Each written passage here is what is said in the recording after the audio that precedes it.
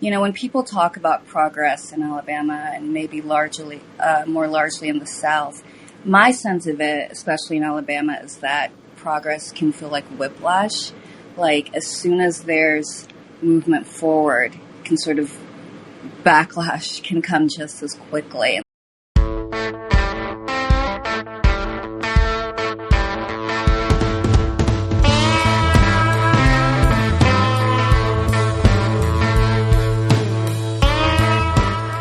Hey there, I'm Jesse Mayshark, and this is Headlights, Voices from the Progressive South. Headlights is a production of the Progressive South, a nonprofit media platform dedicated to amplifying progressive voices and values across the southern United States. Voices like Alexis Okeowo, a writer for The New Yorker who has a great new book out about Alabama, where she grew up. The book dives into the state's history and culture, bringing in perspectives from marginalized groups, Confederate sympathizers, and Okeowo's own experiences there as the child of Nigerian immigrants. My conversation with her is coming up in just a bit. Also, in our Arts and Culture segment, we'll take a look at a striking new exhibit in Fort Worth, Texas, from the painter David Jeremiah. But first, it's time for our news roundup. This week, a handful of stories that in various ways are follow-ups to things we've talked about in recent episodes. As always, you can find links to more information about all of these in the show notes. First, a measles outbreak in Georgia. The state's Department of Public Health reported last week that an initial case reported by a Georgia State University student in Atlanta had spread to at least 3 more people. At least 2 of those new cases are people who were not vaccinated against measles, according to the department. The vaccination status of the third person was unknown. The student who caught the initial infection was also unvaccinated. You might recall that back in June, we talked extensively about the growth of the anti-vaccine movement across the South, which started well before Robert F. Kennedy Jr. brought his anti-vaccine crusade to the Federal Department of Health and Human Services. Georgia has not taken the kinds of steps enacted recently by states like Florida and Texas to make it easier for parents to opt their children out of vaccine requirements. Even so, according to the Atlanta Journal-Constitution, the state has seen a significant drop in childhood vaccinations as anti-vaccine rhetoric has become widespread in conservative politics. In 2023, just 88.4% of Georgia's kindergarten students had received the combined measles, mumps, rubella vaccine, which was down 5 percentage points from the 2019-20 school year. Doctors say a population needs to maintain a 95% vaccination rate in order to have herd immunity, which means that any isolated cases are unlikely to create an outbreak. With the new cases, Georgia is up to 10 confirmed measles cases this year. Last year, there were only 6 in the whole state, which came in 2 clusters of 3 in 2 families. Those cases were among unvaccinated people as well. According to the Centers for Disease Control and Prevention, there have been 1,514 cases of measles logged nationwide so far this year, with more than half of those, 803, coming from a large outbreak in Texas. Georgia public health officials say they are working to contain the spread there to prevent a similar surge.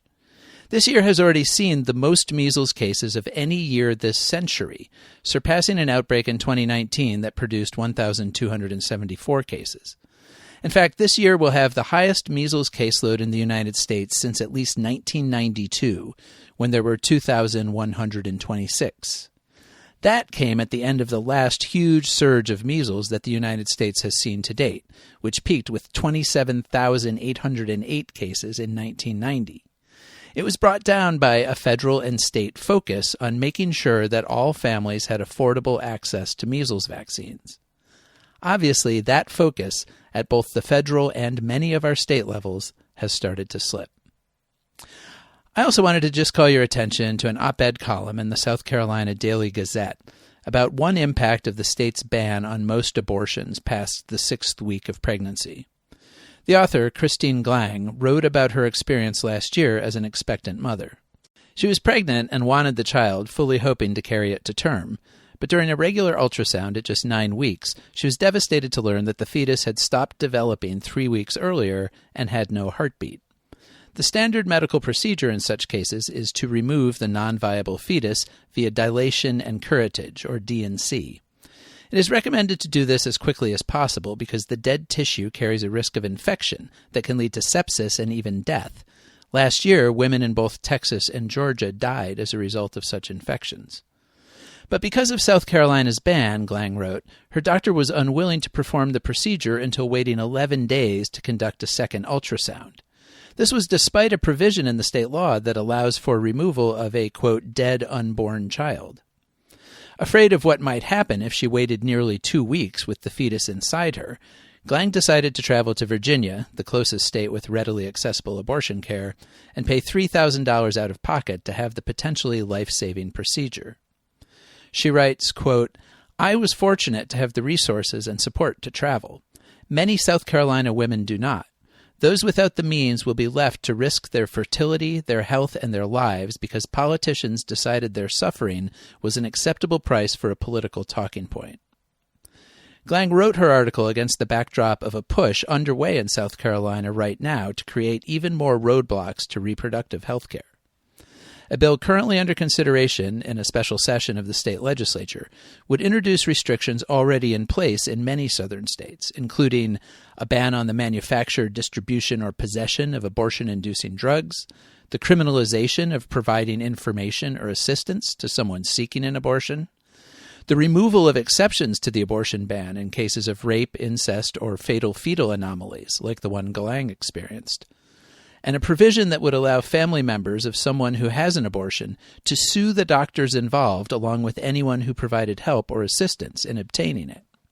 If the law passes, Glang writes, quote, a 6th grade girl could be forced to give birth after being raped by a family member. A mother of 2 could be forced to carry a pregnancy with a fatal fetal anomaly, only to watch her baby die shortly after birth. These aren't hypotheticals. They are the brutal, real-world consequences of laws like this, unquote. She adds, quote, today I am in my 3rd trimester of a new pregnancy, and while I am deeply grateful, I remain painfully aware of how fragile pregnancy can be. Every appointment brings both joy and anxiety, and I can't help but think about how easily I, or anyone else, could face another crisis. And we'll wrap up with some potentially good news, courtesy of the Southern Alliance for Clean Energy. You may recall that I talked with the group's executive director, Steve Smith, just a few weeks ago about the future of renewable energy in the Southeast. SACE released a new report last week, along with Atlas Public Policy, which predicts continued growth in electric vehicle manufacturing and purchasing in the South, despite the curtailing of Biden-era incentives by the Trump administration. The report notes that the Southeast leads the country in making electric vehicles and batteries, with an estimated 75,000 jobs. In just the past 12 months, there have been $4.8 billion in new EV-related investments and more than 2,200 newly announced jobs in the region. However, there have also been cancellations and retractions of another $3.5 billion and more than 2,100 committed jobs because of policy changes by the Trump administration. Still, consumer demand for electric vehicles continues to grow in the region, led by Florida, where 1 in 10 new cars purchased in the last year were EVs. Georgia is second, with 1 in 12. The report says, quote, although the region experienced a slowdown in new investments over the past 12 months, the Southeast is still home to about 38% of all EV manufacturing investments and 33% of anticipated EV manufacturing jobs announced in the United States. The region accounts for 3 of the top 5 states for most investments in EV manufacturing: Georgia, North Carolina, then Tennessee, trailing only Michigan, unquote. However, it notes that much of that investment has been spurred by federal incentives for EV manufacturers and consumers. Southern states have invested little in encouraging the industry. The region's 2 largest EV-related investments came online just within the last 6 months. The Hyundai Motor Group's Meta plant opened in Ellabelle, Georgia, just west of Savannah, with 8,500 workers. And Toyota's new battery manufacturing plant in North Carolina, a little south of Greensboro, with 5,100 workers. The report concludes, quote, the rolling back and delaying of federal support for consumers and the EV industry undoubtedly jeopardizes near-term progress toward electrification goals, but it also risks undermining promising economic growth in the region and the opportunity to lead in a global industry. The coming year will show whether consumers, the private sector, utilities, and state governments can build on the market momentum created by federal policy, even as federal support subsides.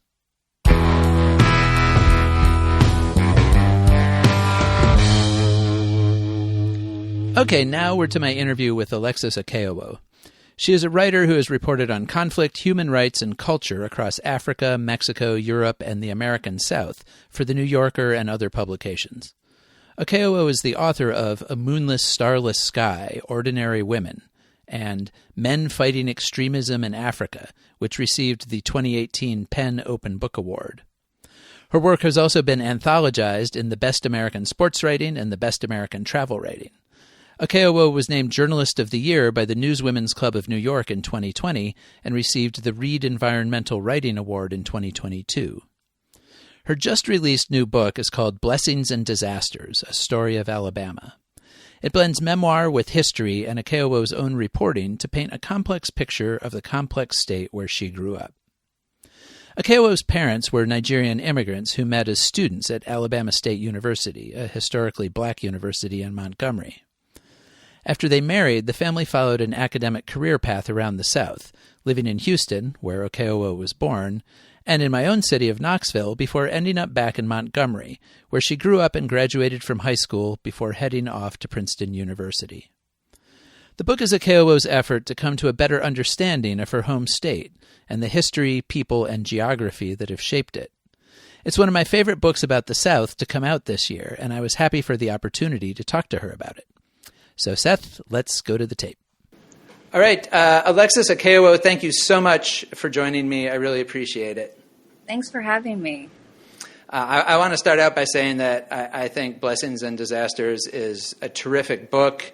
It's so deeply reported, so well written, and I really love the way you kind of interweave the history of Alabama with these very kind of intimate portraits of many different people and people with different perspectives and experiences. I think, it's hard to write a biography of a state, but I feel like this really kind of gets at that. And I wanted to ask you to start out with, because you grew up in Alabama as the child of parents who had come there as immigrants.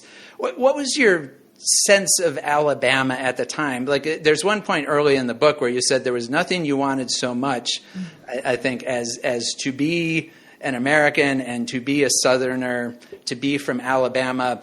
What did that mean to you growing up there? Yeah, I think growing up in Alabama, to me, I didn't know anything different. It was home. It felt like home. And I think that as a young person, a sense of belonging was what felt most important to me. And so, yeah, I do write that even though I sort of straddled different worlds as a young person, that of my school friends who were Southern, and then my family's friends who were West African, mostly West African, and feeling sort of caught, between those worlds. I did feel Southern foremost, and wanted to feel a part of that, wanted to belong to that identity. And so I think part of this book was trying to explore what belonging means when you don't fit into what people may think a Southerner is. And that is what I think a guiding principle of how I chose the people I spent time with in the book, and how I began to even probe my own family's history. And so then, growing up there, you graduated from high school and you left. You went to Princeton. You moved to New York. And I know you kept coming back to Alabama, obviously, for visits throughout all of that, but you were going and reporting in Africa and in Mexico. What drew you back there as a reporter? What made you want to really revisit and spend that much time really digging into that place? Well, it was only when I left that I realized that people's perceptions of the state, not just of the South, but of Alabama, were so extreme that it made me start to, as I write, sort of question my home even more than I already had, and wonder about the things that I didn't know. Because I felt like the more time I spent away, I started to believe the stereotypes about Alabama. I started to think of it as this, place that was too far gone, that was a lost cause. And it was only in recent years that I questioned that assumption.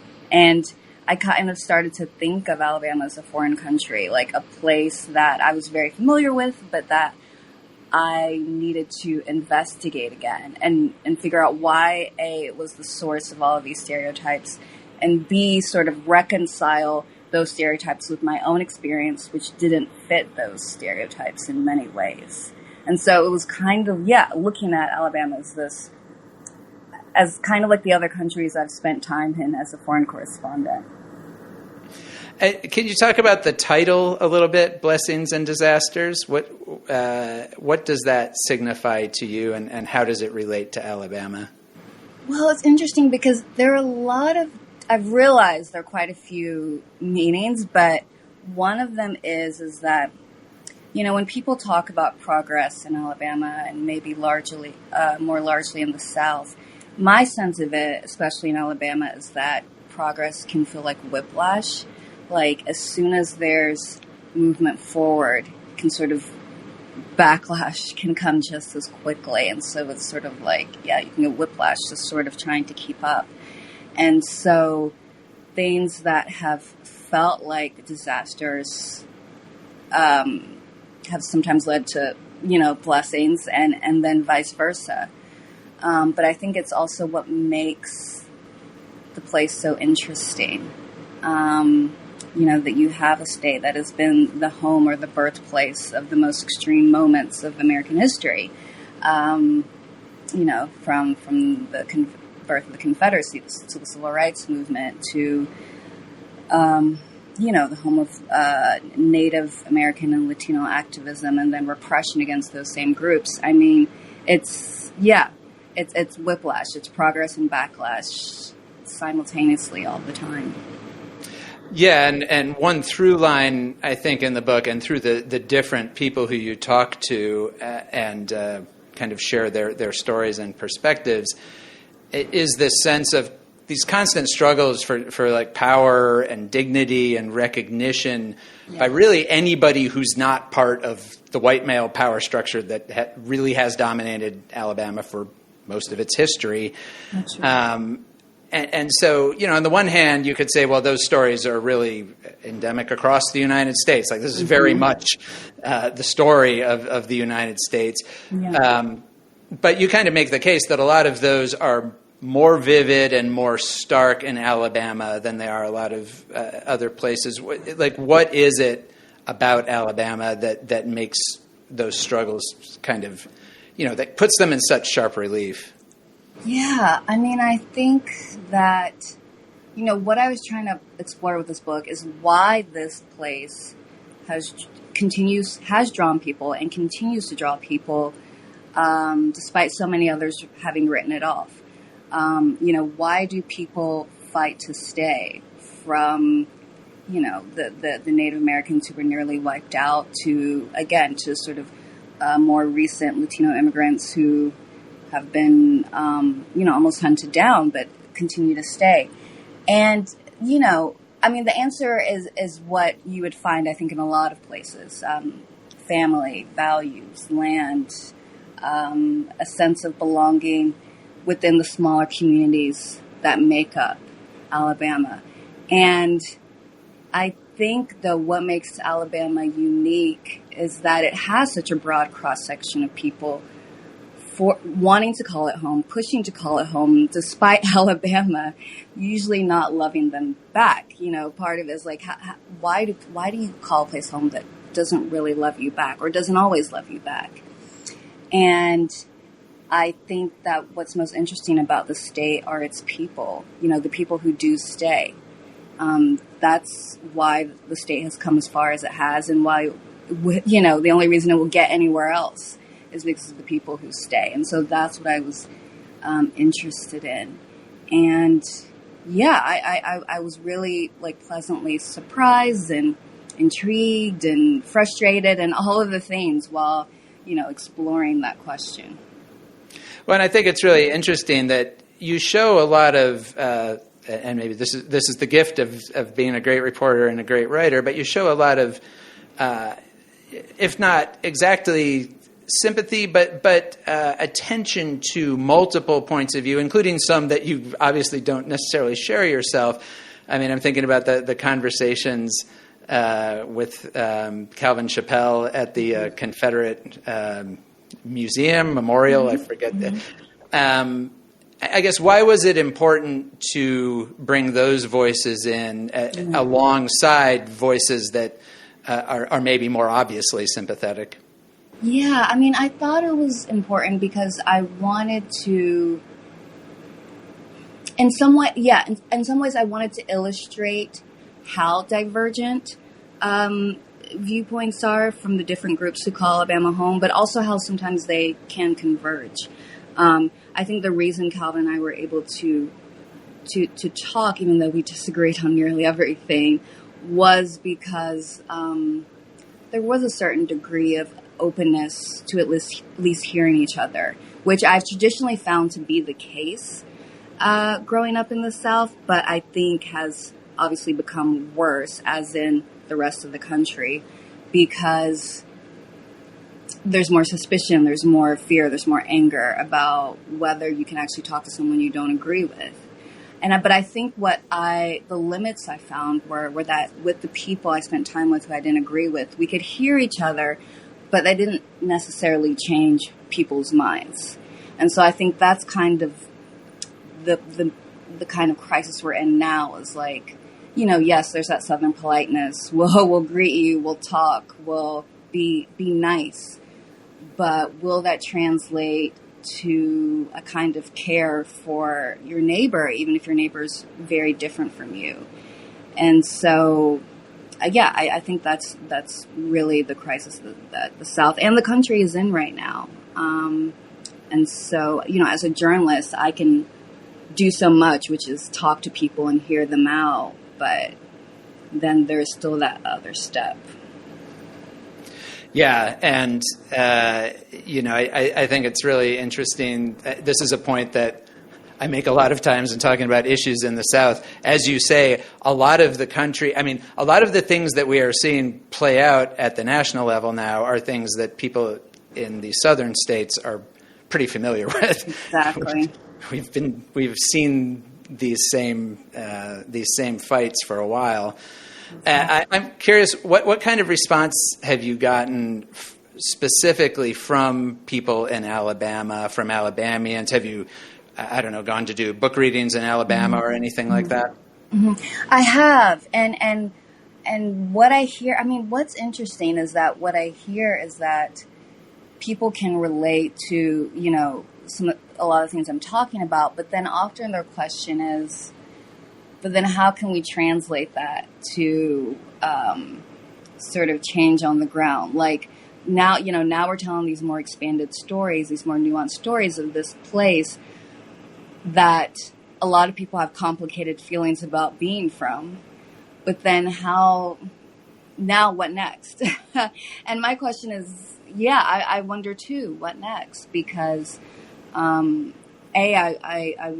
think a lot of people are hungering for more sort of nuanced stories, because, I think one thing I keep hearing over and over again is people being like, whether they're still in Alabama or in the South or elsewhere, is just feeling really, as I mentioned, sort of complicated feelings about being from a place that they're often not proud of, but feel a deep warmth and connection to.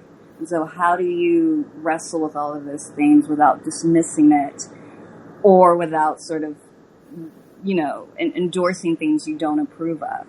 And it is complicated, but I think like it's a valid, it's a valid struggle. And no place, deserves to be dismissed. And I think that's what a lot of people, that's the sense I've been getting. Like, no place deserves to be sort of dismissed. No people or place. Right. Well, and it seems like over the course of your reporting, which sort of seems like it took place from the late teens into the early 20s here, that was a period where there started to, and your book reflects this, there's sort of like some hopeful notes. Some things Roy Moore loses his race for the Senate. There's the creation of the Memorial for Peace and Justice in Montgomery. You talk about the renaming of schools that had been named for Confederate leaders. There was the creation of a new majority black congressional district. And so all of that was kind of taking place up through 2024. And then, of course, this book is released into the world of 2025, where suddenly in the last 8 months, a lot of those quite recent gains start to feel really embattled and people are clawing things back. So I'm wondering if, does that feel disheartening to you? And also, does having written this book and seeing what you're talking about, the constant whiplash of kind of progress and reaction to it, does that help give you perspective on what we're living through now? That, well, yes, this is what we do. We go forward, and then we have to fight to hold on to that. Yes, unfortunately, yes. I mean, yes, it did give me. I was disappointed. I mean, like a lot of people, extremely disappointed to see so many things rolled back. But yes, looking back at history, digging into moments like Reconstruction, post-Civil War, where again there was this sliver of a moment when there was so much progress, not just for in terms of sort of black civil rights, but also this moment related to populism and sort of class-motivated organizing. And then, bam, that went again. And then until the civil rights movement. But, so we've been here before. And I do think it's valid to hope that we will come out of this moment. But even still, it is very dismaying to see it happen when you're in it, because we don't know when we'll be out of it. I think is the hardest part.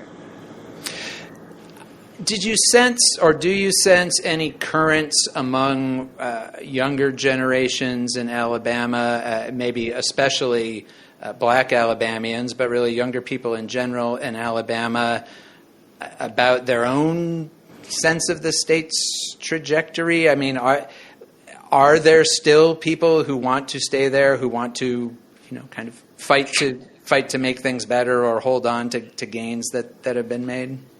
Yeah, I mean, it was interesting. I was doing an event, and a good friend from high school actually surprised me at the event. And it was so nice to sort of hear about the organizing work she's doing in Montgomery, in Alabama. And, I had spent some time with sort of organizers there, but just, meeting more people and just feeling, it just felt really reassuring and hopeful that people are staying around. People have stuck around and are doing meaningful work. And following a lot of platforms, organizing groups, whether it's with housing, queer rights, class, progressive politics. There are people doing that kind of work, and I think, I think that work could be highlighted more, absolutely. I mean, one thing this book has done, working on this book, has made me just realize how many stories there is still to be told from the state, from the region, and that's something I'd like to keep doing. Uh-huh. Great. Well, I thought I'd wrap up by just asking you for a few recommendations for people who either don't know Alabama or think they do know Alabama. What are some places that you would recommend going to, whether for purposes of natural beauty or history or culture, or, what are the places that you would say this, if you want to understand Alabama, you need to know this? Yes. Well, definitely my hometown, Montgomery, just because it is sort of the nexus of the. It's sort of the nexus of all the historical memorials, museums, landmarks to what has happened in the state. As you mentioned, everything from the lynching memorial to older museums. Yeah, it's a really rich, interesting downtown. And then Birmingham, which is the biggest city, is like, I would say, our cultural nexus. You know, it's where sort of the interesting, galleries and cafes and restaurants and bookstores and film festivals are going on. I've always been partial to Mobile on the Gulf, like beautiful beaches, and the city sort of has a New Orleans vibe. It's a port city. And I think also, Northern Alabama is just beautiful. It's just so green. And a lot of mountains up there. And, the state is just really also just beautiful to drive through. I would say it's great for a road trip. Yeah, I've often found that. I make a lot of trips to New Orleans for both personal and professional reasons, and so there's that whole stretch you drive through Alabama there, and it's a very, I'm mostly on the interstate, but it's even at that, it's a very nice drive. Totally. And I think you're right that the geographic diversity of the state is maybe something people don't think about, that it really does run from the mountains all the way down through the Black Belt and then all the way down to the coast there. There's not many states that can claim that. Totally. All right. Well, I think that's a good place to wrap it up. So just thanks again. Thanks for the book, and thanks for the conversation. I really appreciate it. Thank you so much. I enjoyed it.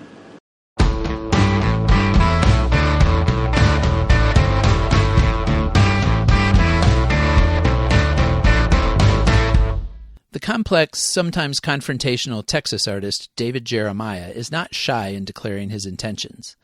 For a 2019 conceptual piece called The Lookout, the artist, who is black, turned a gallery space into a prison cell that he occupied for 21 days. Viewers were invited to don a white Ku Klux Klan hood and ink in a tattoo on his rib cage with a small pick. His latest installation at the Modern Art Museum of Fort Worth is a little more abstract, an assemblage of 28 black and polychromatic paintings on geometrically shaped pieces of wood, each over 10 feet tall.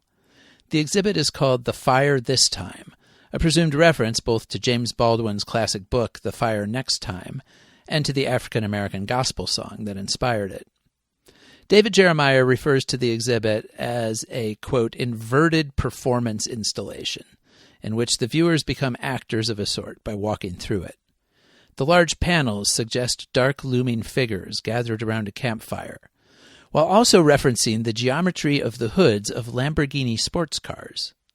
Lamborghinis are a repeated motif in his work, which he has said is for both aesthetic and metaphorical reasons. In a 2021 interview, he said, quote, "Body, machine, object, however you want to categorize it, Lamborghinis are the most aesthetically pleasing things I've ever seen," unquote.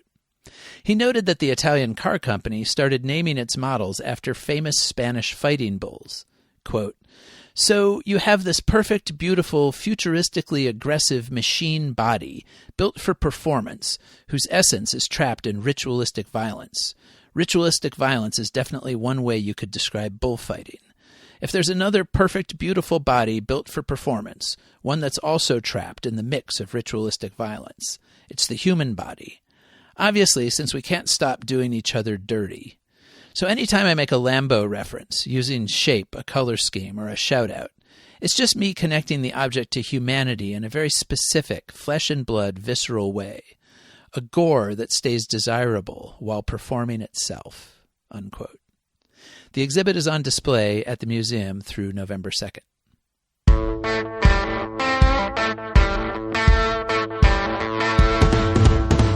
And that wraps us up for this week. Remember, the Progressive South is a nonprofit media outlet, and you can find information about contributing to our efforts on our website, theprogressivesouth.org. If you do feel moved to make a donation, first of all, thank you. And second, make sure you make a note in the comments accompanying it that it is for the Progressive South. Thanks to our friends in Bark for our theme music, and to Lord Seth the Libertarian for his production work at Barbarian Productions. And thanks to you for listening. Remember, you can call and say hey from wherever you are. Just leave us a message at 865-214-7764. That's 865-214-PROG. Tell us your first name, where you're calling from, and take up to a minute to let us know what's going on where you are. You can also write me at jmayshark@theprogressivesouth.org.